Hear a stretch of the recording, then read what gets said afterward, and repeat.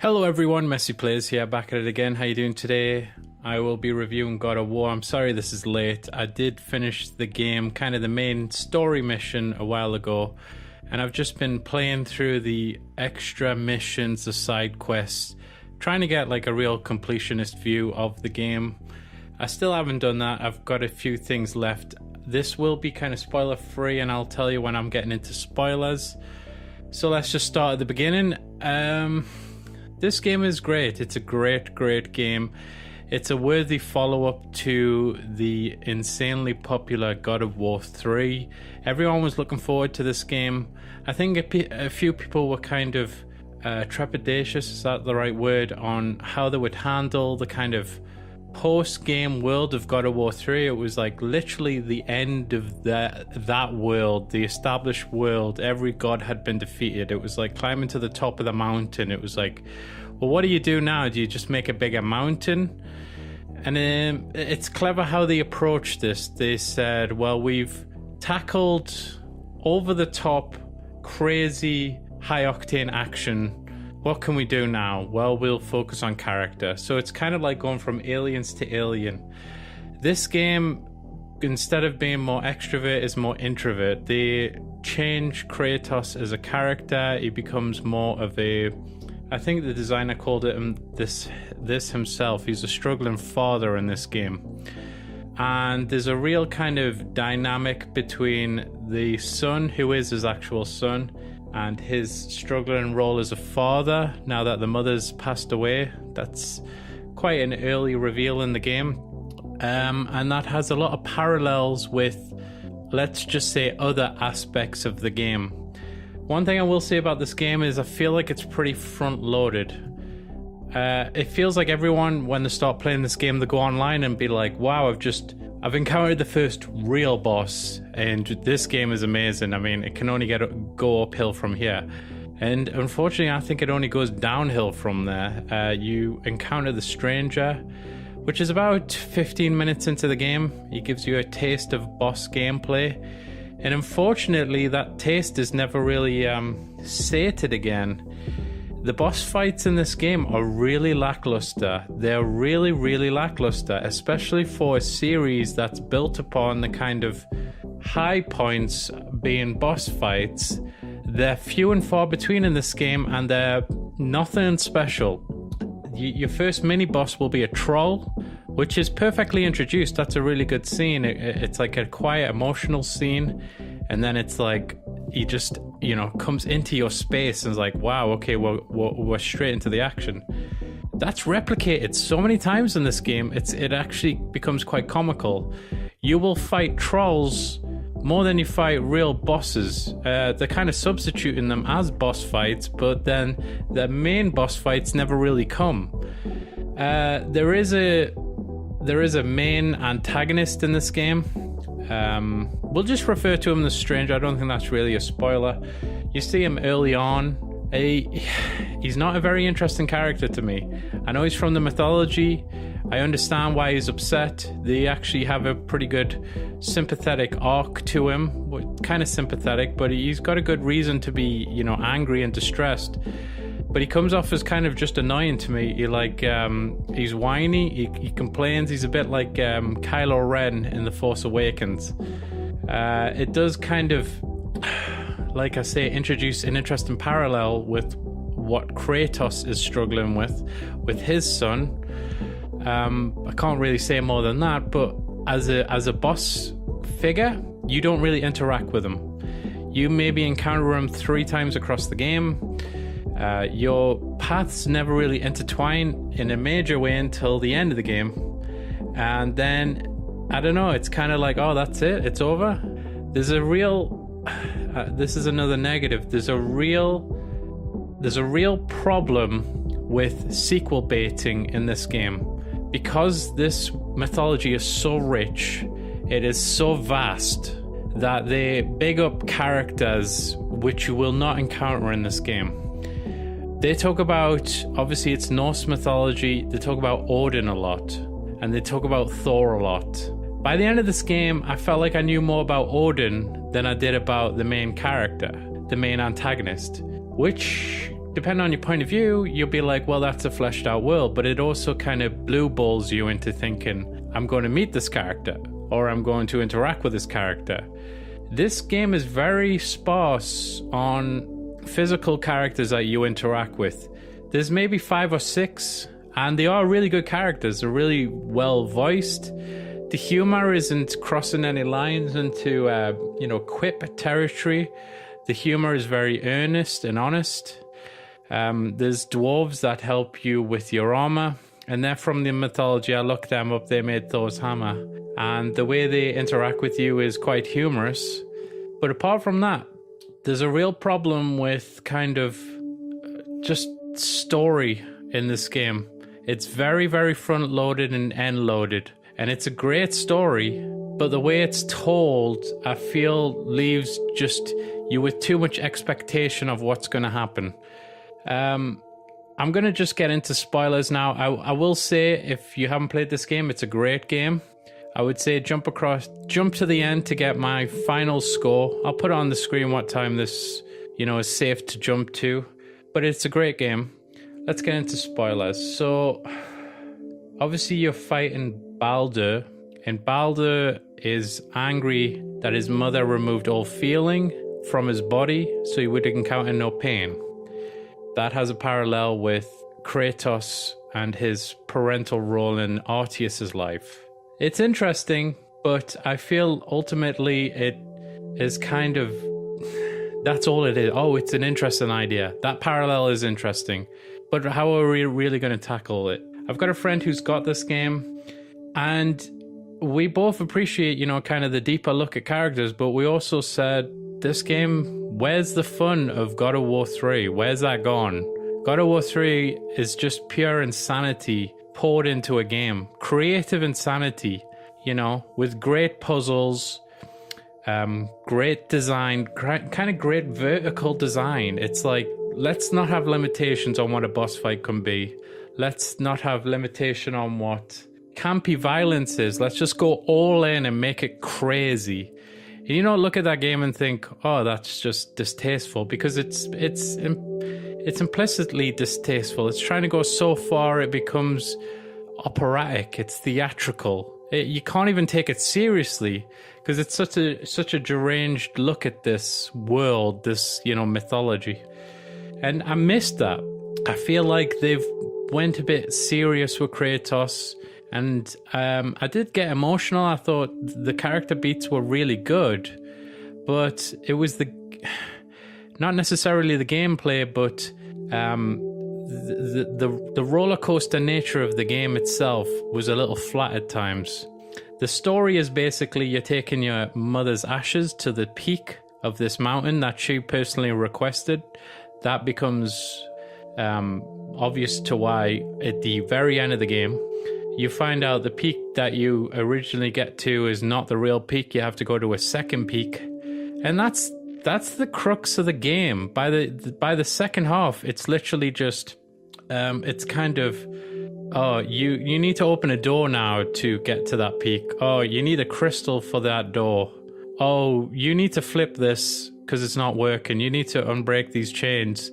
And it kind of gets a bit boring. It's a bit plodding. It feels like total padding just to get to this ending. Like, I was actually kind of thinking, I actually hope it's over soon because I'm not really feeling this anymore. Like, the boss fights as is, all I can think of is, well, you get attacked by a dragon in the cave and you fight a dragon, which wasn't very interesting from a design standpoint, I'm afraid. You fight Baldur on the dragon. You fight Thor's sons. Now, I thought that would be really cool. And it is kind of interesting, again, the kind of role as a father that Thor is. What he does to one of the brothers after he finds out one of his sons is dead. That's interesting, but you only see them twice in the game. You only come across them, you come across one of them 3 times and the other twice. They don't have a substantial role to really call them characters. I actually thought, wow, this is interesting. I want to know more about Maddie and Modi, I think they were called. You don't get to scratch that itch. And Thor's Left is a big kind of sequel bait. And I'm already feeling that Odin will be the third the second sequel, the third game. He'll be the third major boss. So this game it might be thinking too far ahead, because like I said, I felt like I learned more about Loki, and they build him up as this deranged character, obsessed with knowledge, obsessed with his death, obsessed with Ragnarok and how to circumvent it, the duel with the snake and Thor. I was learning all this stuff and I was fascinated. I was like, this is epic. How's this going to play out? Oh, it's not. Oh, okay. And the way it kind of, timelines for game creation is going now, this isn't PS2 where it's like sequel in 2 years. God of War 2 in 2 years. This game took 5 years. GTA 4 to GTA 5 was, 5 years? I can't remember. Was it 2008 to 2013? These games are long apart. So you've got to be really careful now in the story you construct, because it's not like instant gratification with tying up these plot lines. People will forget. This game will be forgotten by the time the sequel comes out. And I just felt it was really poor to build up so much around Baldur and not Baldur himself. I feel like there should have been a tighter knitting between Kratos and Baldur. He is sort of sympathetic. Freya's sort of sympathetic. She's a good character as well. I like the twist with you find out she's a goddess. Kratos hates goddesses or gods, so he doesn't want to trust her. Then he needs her. It's good. It's good delivery. It's good writing. It's good dialogue. Everything's consistently good. I've got like a kind of feeling on this game that it's beautifully boring. Everything is just wow. I'm so whelmed by what's happening. The graphics are amazing. I can't knock the graphics. They're incredible. The gameplay is actually really tight, but the bosses are just repetitive. Why are we fighting trolls 10 times? One of them might be blue, one of them might be red. They're trolls. You've got the giant, non-horny trolls. They're just trolls. There's so many fucking trolls in this game. What's going on? Where's the proper bosses? Where's the epic Poseidon and Hercules? These are just... Those are so memorable to me from God of War 3, and I don't even remember interacting with them characters much, but they made such a presence with that boss fight. I don't think there's enough... This game feels kind of barren. There is post-game content. It is side game content. It's quite hard, I guess, if you do it before the end, but there's the Valkyries. Those are interesting, but that's just a very kind of... It feels very tacked on. There's no dialogue. Well, there is dialogue. You got to free them. So, I'll correct myself there. But those of all are in the same situation. They're locked away by Odin. I don't know, I'm ultimately disappointed with this game, and I had a lot of fun with it. I did enjoy playing it, but I felt like a lot of my enjoyment was anticipation. The game was like keeping me hanging, believing, wow, this is, it's like the build up to the roller coaster. Like when you're on that incline and you're hanging on, you're like, I'm ready. Wow, it's getting so high. This is going to be incredible. And then at the top, it kind of just peters out and you go flat, and then they tell you to get off the ride because it's over. How disappointing is that? And you're not going to look fondly back on the kind of incline, that feeling you were having of that tension, because you realize it was for nothing. There's so much of this game that's built up that's not exploited enough. There is a teaser to Thor. It was really cool, but that's just a teaser, and I'm just so that sequel, man. I want to be... That game built up that sequel better than it built up this game, and it is a really cool game. I will agree that this has changed it has successfully changed the dynamic that God of War was in. Like, we're not on a linear path anymore. We're in an open world, and it's cool. The rowboating around, the side quests, the exploration. I will say this world, again, I'll use this word, is a little barren. The dwarf mentions people are in hiding because, people are escaping from hell. There's all these bad guys roaming about. But it still feels a little barren. Like, there's a teaser when you are in the elf world and you see these people in cloaks move past you. And I feel like maybe there should have been a town or something interesting like that. You don't have to go full like Skyrim or Witcher 3, but just something like a teaser, like a taste of this world, normal people living in this world, how they react to it, how they encounter it. Because actually how it is, here's another thing that I've noticed. When you finish the game, this is a big spoiler, I might just want to glance over this, but it goes to, I think it's called Nimble Winter, and it puts this really dour filter over the screen. It goes grey, it kind of lightly snows, and it's actually really it's kind of depressing because the game is so beautiful. You like walking around in this vibrant, summery nature type environment, which looks amazing, and now it's all grey. I'm just like, I don't really want to do the side quests anymore. Apparently that's not going to clear up until the sequel, so that's a minor quibble, but it is something to be mindful of, because I actually think they should just patch that out because it just looks terrible. I know I was sounding really harsh on the game. I did enjoy it. I put in a lot of hours into this game. It plays amazingly. You know, the fight and the parrying, there's something I feel of blood, like is it called Soulsborne? I feel watching gameplay of that game, the kind of dodge and hit mechanic, I feel like there's a lot of DNA in this game. It's a lot more strategic. If you're going to fight the Valkyries, you cannot just, you know, cheese it. You can't just try and kick your way, especially if you're on the harder difficulties. You will need to preempt their movesets and understand what they're doing before they do it, because after 3 hits, you'll just be dead. So you can't just button mash through some of the fights in this game, which is great. Yeah, I think it's a great sacrifice of the over-the-top design. To look at the serious character, and you will have your own negatives and pros on that. I do think they did great work with the characterization at the expense of some of the more fun aspects of the overall game design. So I really loved this game. I might play it again on the harder difficulty. I wish there was a New Game Plus as well. Apparently that could get patched in.